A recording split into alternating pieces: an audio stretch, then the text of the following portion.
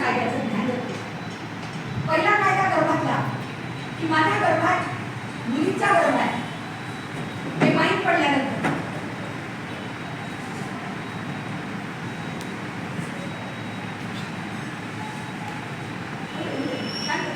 तू लिहितोय हे चांगलं आहे.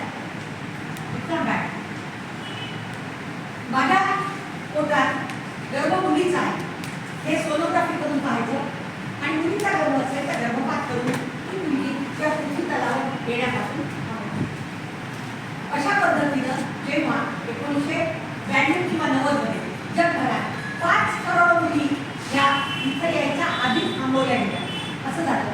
तेव्हा यावर चळवळ निर्माण झाली आणि 84 मध्ये पहिल्यांदा महाराष्ट्रात शरदचंद्र पवार आपले मुख्यमंत्री होते. पहिल्यांदा महाराष्ट्रात आणि महाराष्ट्रात लागू केल्यावर तो चांगला आहे म्हणून अख्ख्या भारतात तो कायदा लागू झाला. प्री कन्सेप्शनल प्रीनेटल डायग्नोस्टिक टेक्निक गर्भधारणापूर्व आणि प्रसूतीपूर्व गर्भलिंग निदान आणि ते करणं त्याला गुन्हा मानण्यात आलाय या कायद्यात. पहिला कायदा PCPNDT 1994. दखलपात्र अजामीनपात्र गुन्हा जर झाला एकदा अजामीनपात्र बरोबर या गुन्ह्यातून आईला सुटका मिळाली कारण आईवर प्रेशर आणि फॅमिलीचे लोक करून देतात असं मानलं जातं. पण ज्यांनी ते करायला लावलं ते ज्या सोनोग्राफी वाल्यानं सोनोग्राफी केला तो आणि ज्या गायनेकॉलॉजिस्टनं गर्भपात केला तो हे सगळे याच्यात गुन्हेगार करण्यात आलेले आहेत. हे चालते 20,000 ते 1 लाखापर्यंतचा दंड आणि 2 ते 5 वर्षापर्यंत सक्तवसुली. हा कायदा संपला. आपण कुठला कायदा एकूण जन्मल्याबरोबर मोठी झाली कॉलेजमध्ये जायला लागली. दुर्दैवाने इथे एकही मुलगी ॲक्सिडेंट नाही.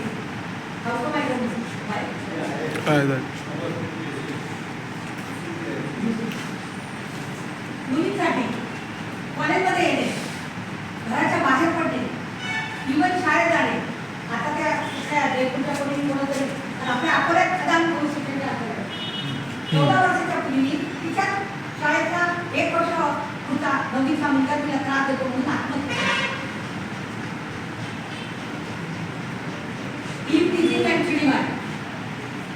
हा कायदा आहे. तुम्ही आमच्या लहानपणी आपण बाहेर गेलं तर पोरं काढणी करणारच आहे. घरात येऊन बाबा सांगायचं तर बापा तिथे कोण होते व्हायला काही ही परिस्थिती. आता कालच पुण्यात जो खरा झाला एका मुलीवर दोघांचा जीव बलात्कार मारला नाही तर भाऊ मारते तुम्ही का. या सगळ्या गोष्टी टाळायसाठी पोलींना तो कोण लावून मुख्याचा मार्ग म्हणून पोलीस प्रशासनानं दामिनी पथक नावाचं पथक स्थापन केलं आहे आणि चुलीमारी कायदा हा अस्तित्वात आणलेला आहे. तो दखलपात्र असला तरी जात उचलक्यावर पोलीस स्टेशनमध्ये ती जमानत होते आणि कधीच ते सिद्ध होत नाही. कोणी काही व्हिडिओ रेकॉर्डिंग केलेलं नसते म्हणून त्याच्यात शिक्षा झालेली कधी पाहिलेली नाही. हा पेपरमध्ये येते बघताना तुम्हाला एका राज्याला म्हणून पेपर करून गेलं एका कोणा पाहिजे कधी जेवण करा गेला काय बदल मिळतो एवढं फक्त आम्ही मिळवलं. आणि दामिनी पथक म्हणून ज्या पोरी 4 जणांसमोर कॉलेजसमोर सुटतात पोलीस पोरी आणि पोरं त्यांनी आम्हाला पोरींना थोडासा त्यातून घेणार आणि अदरवाईज आमच्या काळातल्या पोरांचा ॲग्रेसिव्हनेस आणि पोरींचा शामळूपणा आणि या काळातला पोरांचा ॲग्रेसिव्हनेस आणि पोरींचा सुद्धा ॲग्रेसिव्हनेस त्याच्यामध्ये जमीन आसमानचा फरक. आता त्या एलएडी कॉलेजमध्ये नागपूरला एकटं पोरं जायला घाबरते कोटेच्या भरतात. अरे बापरे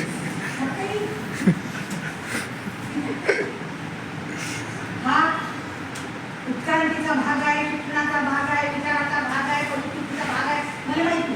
पण हा चुकीचा कायदा हळूहळू बिनकामी होणार आहे मला माहिती. कारण की हळूहळू मग आम्ही अजून मोठं झालो. लग्नाची वेळ आली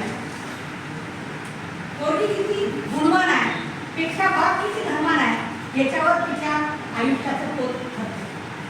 पुन्हा हुंडा देण्याचा दोन्ही गुन्हा आहे. 1961 मध्ये हुंडा प्रतिबंधक कायदा हा अस्तित्वात आला आणि हुंडा दिला किंवा घेतला हे प्रूव्ह करतात. कारण लग्नाची पद्धत असते. तुमच्या इकडे 2 मानवाई, आमच्या इकडे 2 मानवाई, हे देतं हे देतं हे देतं. तिथं भागवण्या केसमध्ये 51 लाखाची गाडी दिली, अजित पवारच्या हाताने चाबी दिली, सिद्ध लग्न. हो कारण तो देण्याचा मोठेपणा हा बापालाही करायचा असतो. ते दोन्ही गुन्हा देणं आणि घेणं. त्या कायद्यामध्ये 2 वर्षाची शिक्षा सिद्ध झाली, पण देणारा नाही आणि घेणारा. आणि म्हणून या तक्रार कमी होती. कारण पूर्वी माहित असते तक्रार केली तर सासऱ्याने नवऱ्याची शिक्षा होईलच, इकडे बापाला भावाची शिक्षा होईल. म्हणून या कायद्यात तक्रारी कमी होती. जामीन पात्र, कंपाऊंडेबल असा हा गुन्हा. त्याच्या पुढं झालं लग्न झालं आणि घरात गेलो. मग येतो डोमेस्टिक व्हायलन्स. डोमेस्टिक व्हायलन्स, नवरा सासू त्याच्या घरचे सगळे. Sexual harassment. मी नेहमी म्हणत असतो बघा, तिला आठवत असते मी 2 वेळेस सवयी घेतली. तिला स्वतःच्या ताकदीचा अंदाज तेव्हा त्याला पाहिजे होता. मुलींच्या समोर जे भाषण बोलते त्याच्यात मी बोलतो, तुम्हाला तेव्हा द्यायला पाहिजे की तू आला तिथून हजारो लोक घेऊन जमजम वाजत मग आम्ही एकटी गेले. आणि आज 10 वर्ष झाले गल्लीत झुलूप आहे, घर हातात निघेच आहे, किशोर निघेच नाही. खरं खोटं तिची ताकद आहे माझ्या.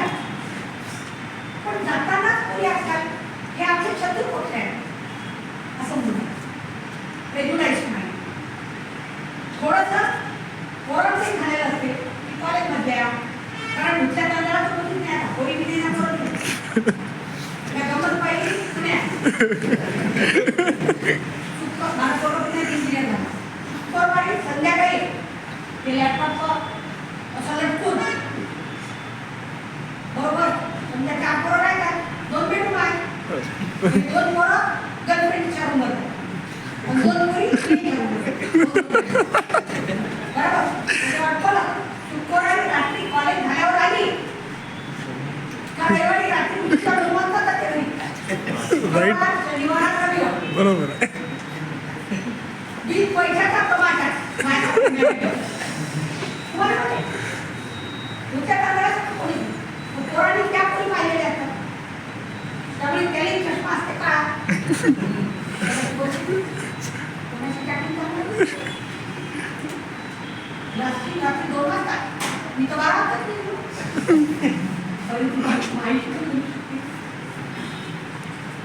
मुले बाया गर्लफ्रेंडला डिअर दिलं तर चालते. तिने तिच्या एखाद्या भावाला डिअर दिलं तर अशा पद्धतीनं जेव्हा डोमेस्टिक व्हायलन्स दोन्ही करू चालू होतं या ॲक्टचं काम होतं DVA 2005 डोमेस्टिक व्हायलन्स ॲक्ट 2005. शारीरिक म्हणजे मारा दोघे एकमेकांना मारतात. मानसिक म्हणजे टॉर्चर करतात. दिसण्यावरून वाचण्यावरून बसण्यावरून हटण्यावरून रंगावरून पैशावरून गरिबीवरून मायबापावरून किंवा माझ्या समर्थन किंवा दोघे जण म्हणत नाही दोषी आहे बघ जायची की त्याच्या करून मी तर माझ्या पोराला पहिल्या दिवशी सांगितलं तुझ्या मास्तरीनं तुला विचारलं तुझ्या आईचं हे असं काय फटकन उठून छटकन केली चटका कसा करा खाली गणपती काय we are married with each other. पण मानसिक त्रास देण्यासाठी आपण त्या सगळ्याचा उपयोग करतो. मानसिक आर्थिक उपयोग वाढला नाही. तुझं पुस्तक खा, पुस्तक खा, पिळत खा, घरात किराणा का आणू किराणा आणला पोरीनं अंदर ठेवून द्या 15 दिवस गावल्या चाललं ना एका बाहेर नेले किराणाच नाही तू बाकी हा आर्थिक अत्याचार हे होते बरोबर. रोज 20 ते 25 पोरी माझ्याकडे येतात किंवा पोरं जोडपी SP ऑफिसमध्ये रेकॉर्ड आहे. मी पहिल्यांदा बसली तिथे 8 जुलै 1999 आणि शेवटचं मोजलेलं डिसेंबर 2018, त्याच्यानंतर तो मोजलं नाही, तेव्हा मला निघलं होता म्हणून 3883 इतके संसार 498 दाखल केल्यावर तेव्हा डिव्हिजन होता मॅजिस्ट्रेट केलं. तो ऐकलं, तिचं ऐकलं, तुला असा दाखवला, तिला असा दाखवला, दोघेही म्हटलं एका काळी वाटली नाही, लेकर पैदा केलं ना तुम्ही, त्याने काय ॲप्लिकेशन देतात पण त्याला एखादा वा दुसरा सापडला तर आमचं दिला 1000 रुपये काय हो एक बाई आहे नाही दुसरा दारू काही घेऊन मिळाला काय करतो कोणाला तिच्या भावाला विचारतो काय बा म्हणलं तर असं मिळालं हो माझ्या पोराला जर अशी बहीण असं पळेल कोणी देतं का नाही तुमची लोक द्या हे घरी आली बोलत जाते का हे असं सांगून बरोबर आहे. आणि रिसेट केलेले 3883 म्हणून त्याचा अनुभव बरोबर. शारीरिक, मानसिक, आर्थिक, लैंगिक मध्ये अनैसर्गिक संभोग, मित्रांना टाकणं, मित्रांना गाठ धरून दे, मित्रांसमोर हात दे घाल, असं शॉट घाल किंवा अशाच पद्धतीनं वाग. मी म्हणतो म्हणून दोघांच्या मनात बक्षीस पाहिजे, पाहून त्याची बायको माझ्या म्हणून बघते, अशा बऱ्याच गोष्टी. तो लैंगिक. सामाजिक, तिच्या बापाला पैसा आहे, मुलगा दिला, डिग्री चांगली आहे, नोकरी चांगली आहे म्हणून लग्न करून घेतो आणि ती दिसायला सुंदर नाही म्हणून कधीही तिला बाहेर घेऊन गेलं कोणत्या लग्नात नाही, कोणत्या पार्टीत नाही, कोणत्या मित्राकडे नाही, कुठे सामाजिक अत्याचार. आणि या सगळ्या याचा दिवाणी स्वरूपाचा कायदा डायरेक्टली महिला बाल कल्याण ऑफिसमध्ये संरक्षण अधिकारी प्रोटेक्शन ऑफिसर ते डायरेक्ट कोर्टात चालवतात. 7 दिवसात रिझल्ट लागते आणि त्या रिझल्टमध्ये तिला मेंटेनन्स म्हणजे कलम क्रमांक 18, 19, 20, 21, 22 असे 5 मुलांची कस्टडी, संरक्षण, विवाह नको, मारहाण नको, विवाहाला राहायला घर पाहिजे, आर्थिक मेंटेनन्स तुम्हाला इतके रुपये महिना द्यावा लागेल आणि लाख घटना झाली मानसिक त्रास झाल्याची नुकसान होतं. आणि यामध्ये मात्र लग्न अबाधित घटस्फोट होत नाही. जेव्हा वाटलं त्यांना पुन्हा एकत्र येऊ आणि मग घटस्फोट होत नाही म्हणूनच पतीचे आणि पत्नीचे अधिकार कायम राहतात. वारसा हक्क कायम या कायद्याची ही एक चांगली कोर्टानं हा दिलेला आदेश जर पाळला नाही तर पोलिसात जाऊन पोलिसाची मदत घेऊन त्या पद्धतीने कस्टडी, निवारा, मेंटेनन्स हे घेऊन आणि यांना कोर्टाचा अवमान केला, कंटेम्प्ट ऑफ कोर्ट, याची त्याला 1 वर्षाचा तुरुंग आणि 20,000 रुपये दंड ही शिक्षा होऊ शकते. याच्या पुढचा कायदा 498 हा फौजदारी स्वरूपाचा. हा पहिल्या वेळेला मी पत्र होता, आता जामीन पत्र, दखल पात्र, जामीन पात्र दाखल होते. 3 ते 5 वर्षाची सजा होते. पण पुन्हा हे 498 शारीरिक आणि मानसिक त्रास दोनच त्रासांना मानलेला आहे. परंतु घरतोड, गल्लीतून, नातेवाईक, काटावतोड, घरतून मानव पूर्वी 2013च्या आधी जेव्हा ही सिंगल करता करायची गरज नसायची तेव्हा 498 मध्ये शिक्षा व्हायची. पण 2013 नंतर ही शिक्षा हळूहळू कमी होईल. आता 0 वाढली. कारण माझा शेजारी हा जितका माझा होईल माझ्या सुधीचा होत त्याला माहिती ते तर आत्महत्या काढतील या बाईची माझा संबंध नाही आहे कोणी देणार. म्हणून 498 मध्ये पुराव्याच्या अभावी संशयाचा फायदा घेऊन दोषी निर्दोष सुटतात. पण जर शिक्षा झाली तर 2 ते 5 वर्षाची शिक्षा होते. याच्या पुढचा कायदा 376 आणि 70 आणि 302 हे तीनही कायदे महिलांना लैंगिक त्रास देण्यावर तुझ्या डोळ्यातून 14 सेकंद पाहिलं तू जर पोरगी आहे माझ्यावरती टाकेल. 354 जे ABCDE असे 5 घटक आहेत ते याचे पाठा करणे, न बोलता दुरून त्रास देणे, डायरेक्ट सेक्सची डिमांड करणे, अनकम्फर्टेबल करणे. अनकम्फर्टेबल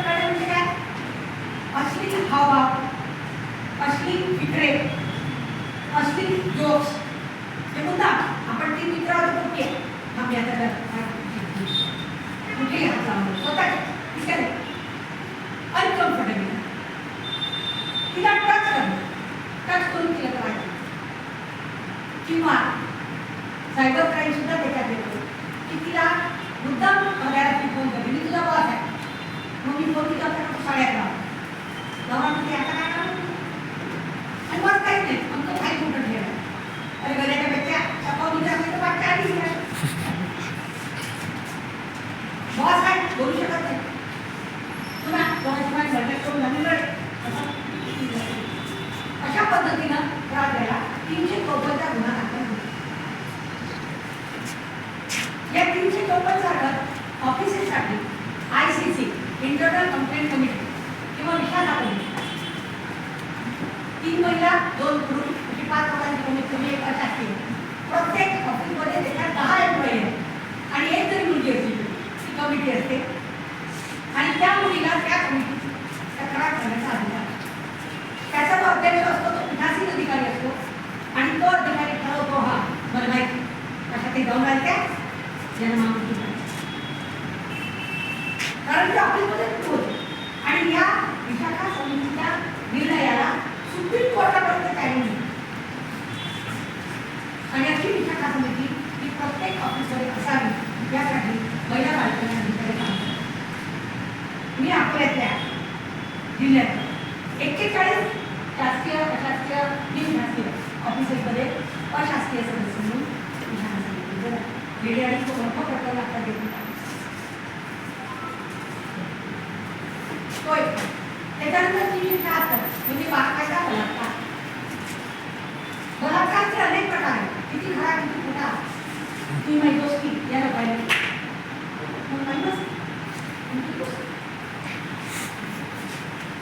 हे आहे त्यामुळे कुणाशी मैत्री करताना प्रूफ ठेवा आणि जितका मी त्याच्यात होतो तितकीच ती पण होती ते एकटा नव्हतो बरोबर खरोखर गॅंगरेप काही होतात का होता रुद्र होतात का होता बलात्काराचा अक्षरशः हैदराबाद दिल्ली ते युपी मधलं कोणतं मंदिराचं मी नक्षरी नाव आहे मंदिराचं काहीतरी तो हे बलात्काराच्या दहशतवादाचे बलात्काराच्या दहशतवादाचे उदाहरण आहे तर माहिती ना काय शिकतात आमच्या डोक्यात येतात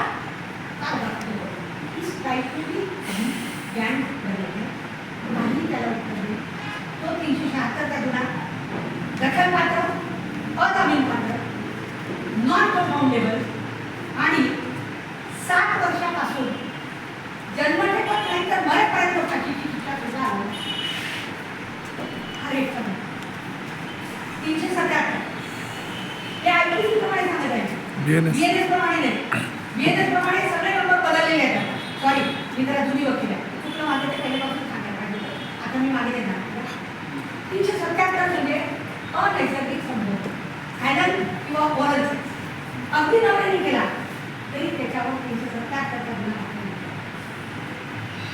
मुलाने मुलाशी केला तरी सुद्धा त्याच्यावर 377 चा गुन्हा दखलपात्र अजामीनपात्र चार्जशीट दाखल होते 7 वर्ष ते किती ब्रुटॅलिटी किती क्रुएलिटी आहे याच्यावरून जन्मठेप ते मरेपर्यंत आता last but not the senior citizens आहे